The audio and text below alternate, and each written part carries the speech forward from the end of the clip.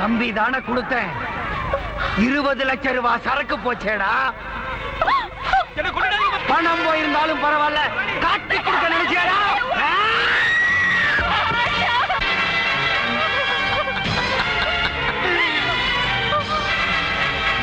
ஏண்டா உங்களுக்கெல்லாம் இவ்வளவு தைரியம் வந்துருச்சா? நான் கொடுக்கிற பிச்சை காசுல வாழ்ந்துட்டு இருக்கீங்களா எச்சக்கல நாய்களா? எங்க கிருஷ்ணமூர்த்தி? தெரியாது.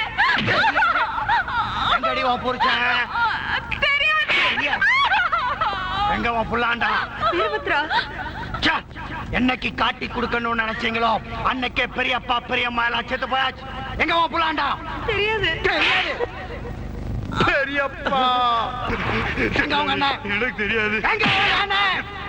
சொல்லு. தெரியாது. இதுங்க எல்லாத்தையும் கட்டிப்பாடு.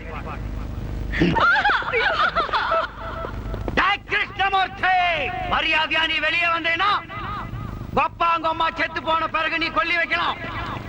இல்ல என் பெரியப்பா பெரியம்மாவுக்கு உயிரோட நானே கொல்லி வச்சிருவேன். வெளியே வா.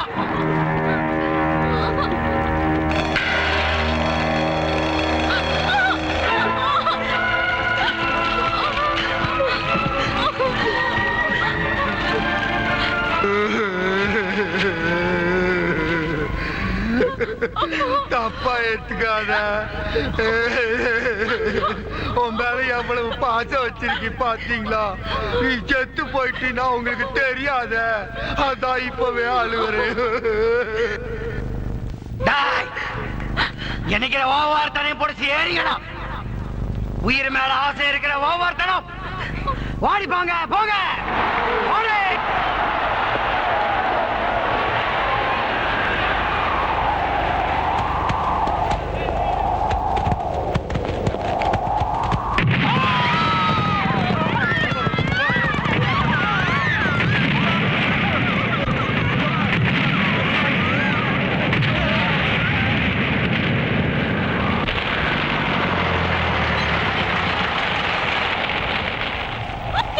பாத்தீங்களா?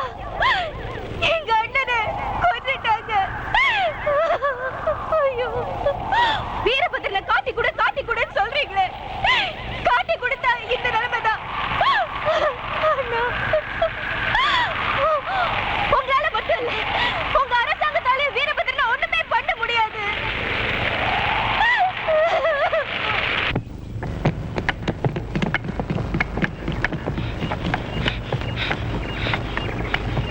ஆபீசர் நம்மள பிடிக்கிறதுக்கு நம்ம இடத்துக்கு வந்துகிட்டு இருக்க முதலாளி. அவன் உயிர் போற இடம் நம்ம இடமா இருக்கணும். அதுவும் என் கையால இருக்கணும்டா.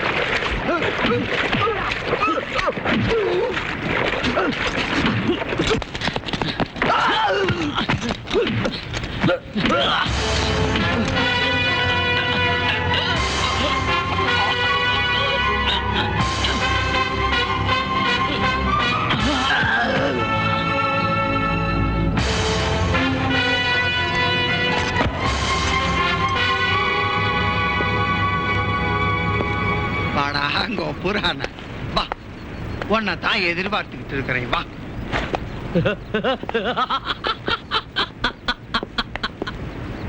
தான் புதுச்சா வந்த ஆபிச்சரா என்ன பாக்குற? அந்த சூர பத்மனுக்கே சவால் விடுற வீரபத்ரன்டானா என்னமோ காட்சி கொடுத்தா வாங்க மாட்டேன், அடிதான் வாங்குவீன்னு அடம்புச்சியாமே.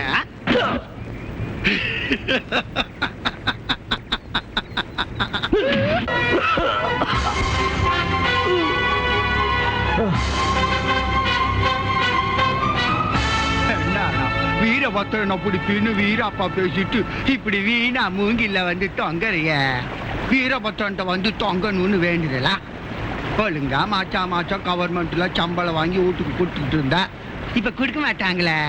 புரியல? அவங்க கொடுப்பாங்க, வாங்கறதுக்கு நீ இருக்க மாட்டேன். நான் வேணா இல்லாம இருக்கலாம், கண்டிப்பா இன்னொருத்தர் வருவான். உன்னை 2 பீஸ் ஆக்க போற மாதிரி அவனை 4 ஆக்க மாட்டேன். பார்த்தேல்ல, உன்னை அங்கேயே கொன்னுட்டு இருப்பேன். ஆனா வீரபத்ரன் ரொம்ப கொடூரமானவன்னு எல்லாம் சொல்லி இருப்பாங்களே, அது தெரியாம செத்து போயிடக்கூடாதுன்னு தான் உன்னை கொண்டு வந்திருக்கேன். சாவும் போதாவது உண்மை தெரிஞ்சிருச்சாவணும்ல, அதான். இப்போ இதை வெட்டினேன்னு வச்சுக்கோ, இந்த கை இந்த மூங்கில போயிடும், அந்த கை அந்த மூங்கில போயிடும். எவனாவது வந்து ராஜாராமே என்ன பாக்குற, உன் பேர் எப்படி தெரியும்னா, எவன் என்னை எதுக்கணும்னு நினைக்கிறானோ உடனே அவன் ஜாதகம் கைக்கு வந்துருண்டா. இனிமே உன்னோட மரணம் எவனுக்குமே வீரபத்ரனை பிடிக்கணும்னு தோணக்கூடாது.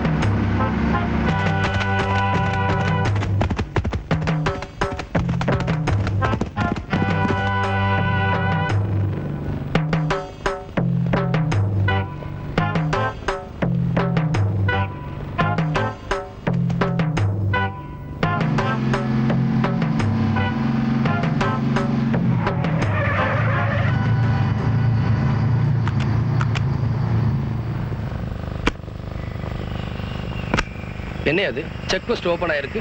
யார் கார்டு இங்க? யோ வாயா இங்க. இங்க யாரையா கார்டு? போய் தேடி பாருங்க.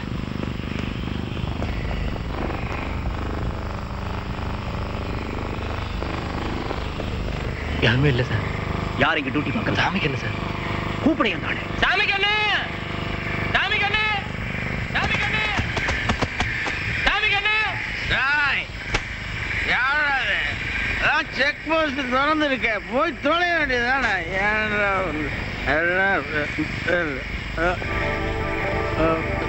தொப்பியை பார்த்தா நம்ம ஆளுங்க மாதிரி தெரியுது.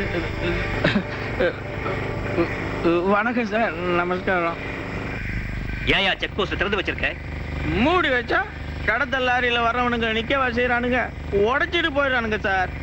சார் எதிர்த்து நின்னோன்னு வச்சுக்கோங்க, மேலே ஏற்றியே கொண்டுறானுங்க சார். அரசாங்க சொத்து நாசமாகிறது எனக்கு பிடிக்காது சார், எனக்கு பிடிக்காது.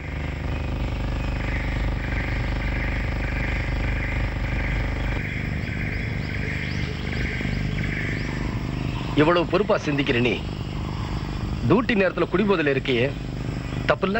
தப்புதான் சார், தப்புதான். என் நிலைமையை கொஞ்சம் யோசிச்சு பாத்தீங்களா சார்? முன்னாடி 5 பேர் இங்க வேலை செஞ்சோம் சார். 4 பேரை வீரபத்ரன் கொன்னுட்டான் சார். இந்த இடத்த பாத்தீங்களா? இடிஞ்சு கிடக்குற இந்த வீடு எவனாவது இருப்பானா சார் இங்க? நான் ஒருத்தன் தனியா இருக்கேன் சார். ஏன்னு கேட்க ஒரு நாதி கிடையாது. ரொம்ப பயமா இருக்கு சார். ஆனா தண்ணி அடிச்சேன்னு வச்சுக்கோங்க, சும்மா கூட ஒரு 5 ஆள் இருக்கிற மாதிரி ஒரு தைரியம். அதனாலதான் சார் அடிச்சேன் சார். பொண்டாட்டி பிள்ளைய பார்க்கணும்னு 6 மாசமா கேட்கிறேன் சார். ஒரு நாள் கூட லீவ் கொடுக்க மாட்டேங்கிறாரு சார். யோ, நீ போயிட்டு இங்க யாரையும் வேலை பார்க்கறது? Shut up. இவன் ஒருத்தன் தான் அடிச்ச வேணா. இங்க வேலை செய்யற ஆள் பேரே தெரியல, நீங்க எப்படியா வீரபத்ரனை பிடிக்க போறீங்க? இமிடியேட்டா இந்த செக் போஸ்ட்ல ஆட்கள் அதிகமா போடுங்க. எங்கெங்கெல்லாம் வீக்கா இருக்கோ அங்கெல்லாம் ஆட்கள் அதிகமா போடணும். எஸ். நீ ஒரு நாள் தான் லீவ் கேட்ட, 1 வாரம் எடுத்து. வேணாம் வேணாம், எல்லாரும் ஜிப்ல இருங்க, நீ ஏறு.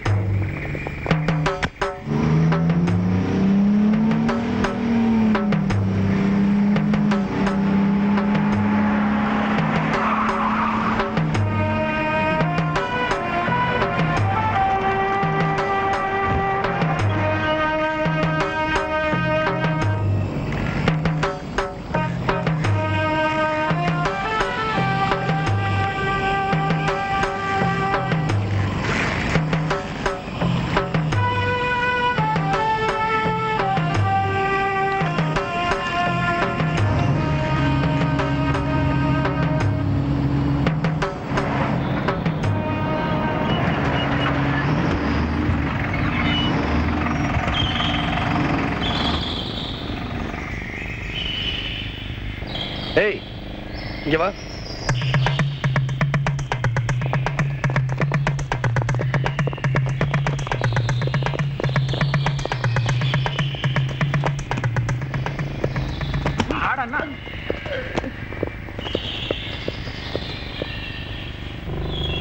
இந்த மீனெல்லாம் எங்க கொண்டு போற?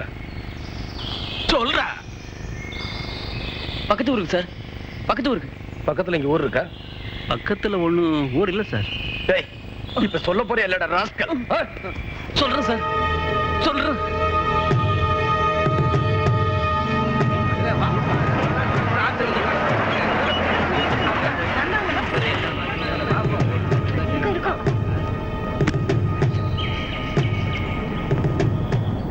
நான் வீரபத்திரனை பிடிக்கிறதுக்காக புதுசா வந்திருக்க ஆபீசர். அவனை பிடிக்கணும்னா உங்க உதவி எனக்கு தேவை. ஏன்னா அவனுக்கு சாப்பாடெல்லாம் உங்க ஊர்ல இருந்து போகுதுன்னு எனக்கு தகவல் கிடைச்சிருக்கு. நீங்க அவனுக்கு உடந்தையா இருக்கணுங்கிற எண்ணத்துல அதை செய்யல எனக்கு தெரியும். அவன் மேல உள்ள பயத்துல தான் செய்றீங்க. நீங்க அவனுக்கு செய்யற உதவியை நிறுத்தினா நிச்சயமா அவன் இந்த காட்டை விட்டு வெளியே வந்துதான் ஆகணும். சார், நீங்க வீரபத்திரனை பிடிக்கணும்னா தாராளமா பிடிச்சிக்கலாம். ஆனா அதுக்காக அவனுக்கு வேண்டிய அரிசி பருப்பெல்லாம் நாங்க தான் அனுப்புறோம்னு புது கதையெல்லாம் சொல்லாதீங்க. நாங்க செத்தமா இருக்கமான்னு இது வரைக்கும் யாரும் வந்து பார்க்கல. ஒரு நாளைக்கு ஒரு பஸ் தான் வந்துச்சு, அதுவும் இப்ப வர்றது இல்ல. குடிக்க தண்ணி கிடையாது, தபால் கிடையாது. ஆனா மிரட்ட மட்டும் ஆளுக்கு வந்துடுறீங்க. தம்பி, ஃபேனுக்கு அடியில உட்காந்துக்கிட்டு நோகாம காத்து வாங்கிட்டு மாசம் மாசம் ஒழுங்கா சம்பளம் வாங்கிட்டு இருக்கீங்க. அந்த வேலையை ஒழுங்கா பாருங்க தம்பி.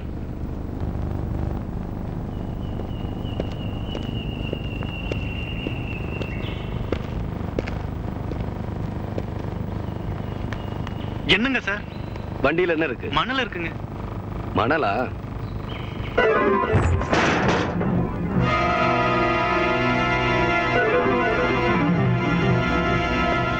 இத பார்த்த பிறகும் என்ன ஃபேனுக்கடியில உட்கார்ந்து வேலை பார்த்துட்டு மாசம் மாசம் சம்பளம் வாங்கிட்டு போக சொல்றீங்களா? உங்கள ஒருத்தர் நான் பேசுனேன், உதாசீனப்படுத்துனீங்க. இப்ப அதிகாரியா பேசுறேன். வீரபத்திரனுக்கு உதவி பண்றதை நிறுத்திட்டு எங்களுக்கு ஒத்துழைப்பு கொடுக்க முடியுமா முடியாதா? கவர்மெண்ட் ரூல் தெரியுமா உங்களுக்கு? கவர்மெண்ட் ரூலை தூக்கி குப்பத்தட்டுல போடுங்க. உங்களுக்கு சப்போர்ட் பண்ணா வீரபத்திரன் அடிக்கிறான். நாங்க யாரு சார் பயப்படுறது? காட்டி கொடுங்கன்னு நீங்க அடிக்கிறீங்க, காட்டி கொடுத்தா அவன் அடிக்கிறான். இடையில மாட்டிட்டு நாங்க தான் சாகுறோம். எப்படி சார் வீரபத்திரனை பிடிக்க போறீங்க? உங்க ஆளுங்களை எவனாவது ஒழுங்கானவனா இருக்கானா? அவங்க கிட்ட காசு வாங்குறது அதிகாரி உண்டா இல்ல அரசியல்வாதி தான் உண்டா? இவ்வளவு எதுக்கு சார்? தேர்தல்ல நிக்கிறவங்க கூட எங்க கிட்ட ஓட்டு கேட்டு வர்றதில்ல. ஓட்டு போட மக்களை மிரட்ட சொல்லி அவங்கிட்ட தான் போறாங்க. போற போக்குல அவன் சொல்றவன் தான் முதலமைச்சராவே வர முடியும் போல இருக்கு. நீங்க பேசுனதுல இருந்து எனக்கு ஒண்ணு மட்டும் புரியுது. உங்களுக்கு வீரபத்திரன் கிட்ட பயம் இருக்கு. அவனை இந்த அளவுக்கு வளர விட்டுட்டாங்களேங்கிற ஆதங்கம் இருக்கு. ஆதங்கம் இருக்கிற அளவுக்கு உங்களுக்கு தைரியம் இல்ல. யாருக்கு சார் தைரியம் இல்ல? யாருக்கு இல்ல? வீரபத்திரன் இருக்கிற இடத்த பத்தி எங்க ஊருக்காரன் ஒருத்தர் துப்பு கொடுத்தான். போலீஸ்காரங்க பிடிச்சிட்டாங்களே. வீரபத்திரன் வீசி எறிகிற எலும்பு துண்டுக்காக அலைகிற நாய்ங்க சார். இவங்க எங்க சார் பிடிக்க போறாங்க? இதோ பாத்தீங்களா, துப்பு கொடுத்தவன் உயிரோட இல்ல. ஆனா இவ வயித்துல துப்பு கட்டவனோட புள்ள. அப்படியே உங்க பேச்ச கேட்டு இந்த ஊர்ல யாராவது வீரபத்திரனை காட்டி கொடுத்துட்டா இந்த ஊர்ல உள்ள பொண்ணுங்கள் எல்லாம் தாலி அறுத்துட்டு முண்டாச்சி ஆகி முடங்கி கிடக்க வேண்டியதான். போங்க போங்க சார். காஞ்ச சுழி பொறுக்கிட்டாங்க யாராவது இருப்பாங்க. அவங்கள பிடிச்சு கொடுத்துட்டு அவங்க வயித்துல மண்ணெளி போட்டுட்டு நீங்க நல்லா இருங்க. மகராசனா போயிட்டு வாங்க.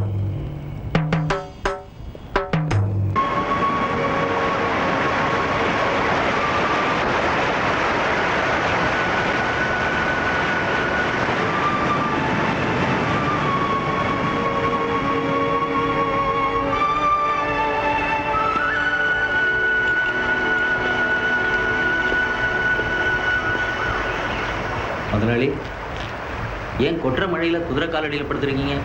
வாழைப்பழம் திங்க அதை குரங்கொண்டு வந்திருக்கேன். அது நம்மளை பராண்டிருச்சு. வீரபத்ரா மூஞ்சில கரிய பூசிட்டான் பரபாக்குறேன். குறைக்கிற நான் எல்லாம் கொஞ்ச நாள்ல வாலாட்டை வைக்கலையான்னு கேட்டியே. அவன் குறைக்கிற ஜாதி இல்லடா, கர்ஜிக்கிற சிங்கம். இந்த காட்டுக்குள்ள ஒரு சிங்கம் தான் இருக்கணும். அது நானா தான் இருக்கணும். எப்படி முடியும்? ஊர் ஜனங்களை மிரட்டி நமக்கு சாப்பாடு வர முடியாதபடிக்கு பண்ணிட்டான். செக் போஸ்ட்ல அவன் ஆட்களை நிறுத்தி நாம கடத்துறதுக்கு வழியே இல்லாம பண்ணிட்டானே. அங்க பார், ஒரு வழி தெரியுது. எங்க முதலாளி? அடே, மாதேஸ்வரன் கோயில் வழியா ஒகேனக்கல் போனா ஏவன் தடங்க இல்லாம நேரா மைசூர் போய் சேர்ந்துடலாம். மாதேஸ்வரன் கோயிலுக்குள்ள மொத்த மிலிட்டரி வந்தாலும் உள்ள நுழைய முடியாதுடா. மிலிட்டரி நுழைய முடியாம இருக்கலாம், ஆனா நாம நுழைய முடியாது. உங்களுக்கு ஆப்பு வைக்கிறவன் அங்கதான் இருக்கான். யாரா? உங்க பங்காளி கிட்டு.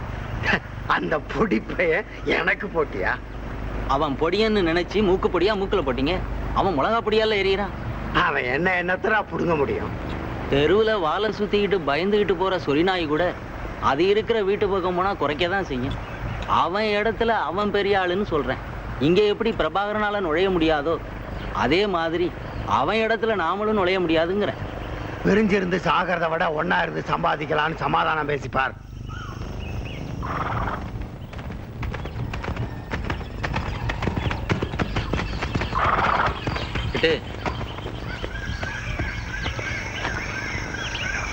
என்னடா பழசெல்லாம் மறந்துட்டு நாம எல்லாரும் சமாதானமா போயிடலான்னு முதலாளி உங்ககிட்ட சொல்லிட்டு வர சொன்னாரு. தான்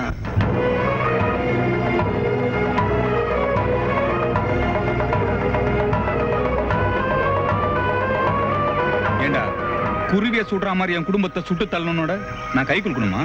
கேட்டு நடந்தது நடந்து போச்சு. நமக்குள்ள என்ன தகராறு? நாமெல்லாம் ஒரே ஜாதிப்பா, ஒன்னா போயிடலாமே. ஒரே ஜாதினா போன உயிர் திரும்பி வந்துருமா? வீரபத்ரனுக்கு சாவு என்னாலதான். இதே மாதிரி ஒரு நாள் நடு ரோட்ல அவன் தோலை உரிக்கல. ஏய், இன்னொரு முறை இந்த மாதிரி விஷயத்துக்காக என்கிட்ட வந்த போடா போடா. அம்மா கொஞ்சம் உட்காரேன். ஏண்டா? நான் படுக்கணும். போய் பாட்டி மடியில படு. அப்பா படுத்துக்கார். உங்க அம்மா மடியில அவரு படுத்துப்பாராம். எங்க அம்மா மடியில நான் படுத்துக்கணுமா? அப்படியா சொன்ன? ஆமா. தாத்தா சொத்தெல்லாம் பேரனுக்கு தான் சொந்தம். பாட்டியும் தாத்தா சொத்து தான். அதனால அவரை விட உனக்கு தான் சொந்தம் அதிகம். அவரை எழுப்பிட்டு நீ போய் படு போ. அண்ணியாவும் சொல்லுவா. வாமா. வரேன்டா.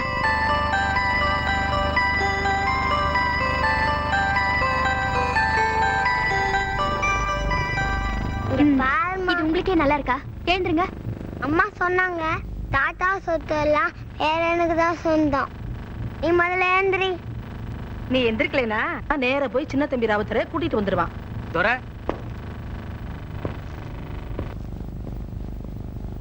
என்ன சாமி கண்ணு? துரை, நீங்க எடுத்த ஆக்ஷன்ல பாம்பு விழுந்த மாதிரி ஆடி போயிட்டான் வீரபத்ரன். இல்லன்னா சண்டைக்காரனுக்கு சமாதானம் தூது விட்டுருப்பானா? என்னன்னு சொல்லாம நீயே பேசிக்கிட்டு இருந்தா எப்படி?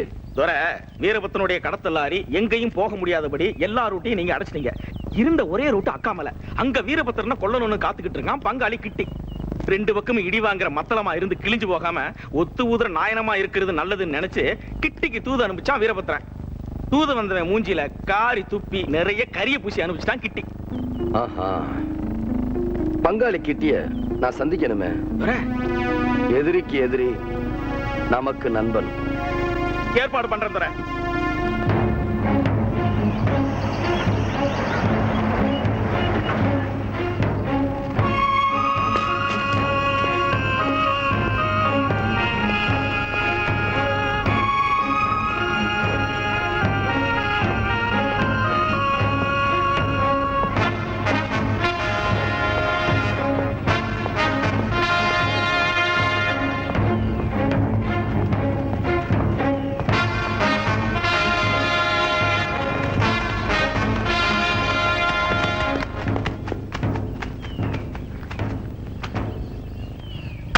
எல்லார் கையிலும் துப்பாக்கி இருக்கு, பயமா?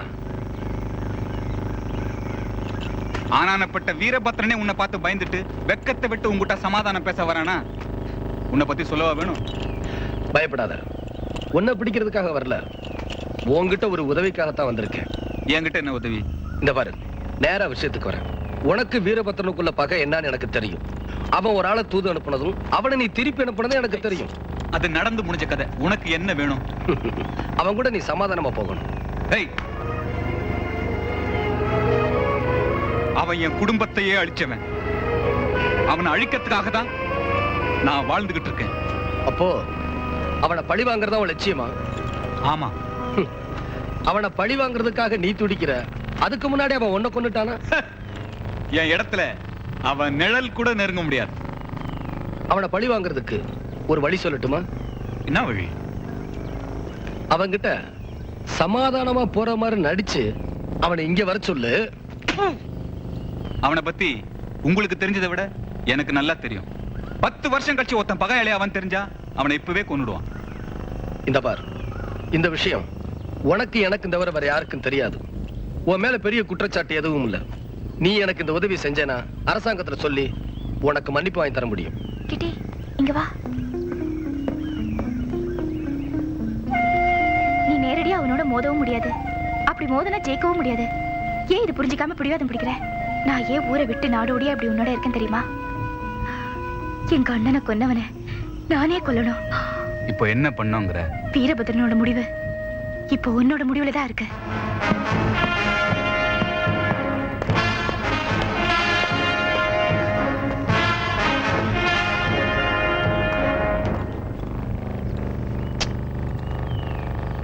அவனை சந்திக்கிறதுக்கு நாள் குறிச்சிட்டு எங்க எப்போன்னு உங்களுக்கு சொல்லி அனுப்புறேன்.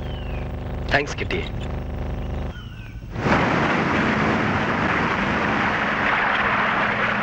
மிஸ்டர் பிரபாகரன், வீரபத்ரனோட பங்காளி உங்க திட்டத்துக்கு உதவி பண்ணுவான்னு உண்மையிலேயே நீங்க நம்புறீங்களா? பங்காளிக்கு வீரபத்ரனோட பணம் வேணும், எனக்கு வீரபத்ரன் வேணும், உயிரோடவோ பணமாகவோ. அதுக்காக நான் யாரையும் நம்ப தயாரா இருக்கேன். நான் கொடுத்திருக்கிற பிளான் படி நாளைக்கு ராத்திரி சத்தியமங்கலத்துக்கு மேற்கே 20 கிலோமீட்டர் தூரத்துல இருட்டு பள்ளங்கிற இடத்துல சந்திக்க போறாங்க. அவங்க சந்திக்க போற இடத்தை நான் போலீஸ் படையோட போய் ரவுண்ட் அப் பண்ண போறேன். So I want police force. Okay, I'll arrange it.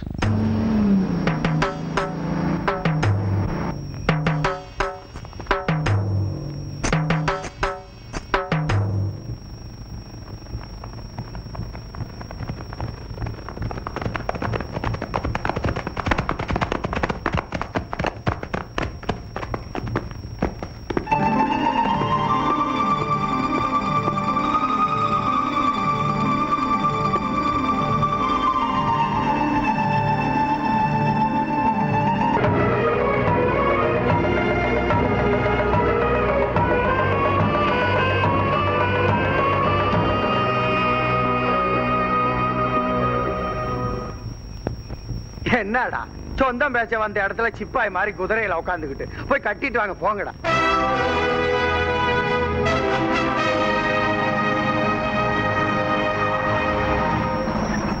இனிமே நாம நடந்துதான் போகணும். எங்க சார் போகணும்? போனதுக்கு அப்புறம் தெரிஞ்சுக்குவீங்க. இறங்குங்க.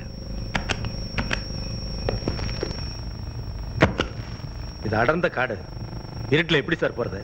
அதுக்கு ஒரு வழி இருக்கு.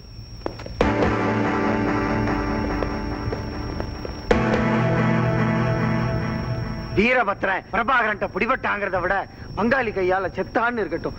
சுடு.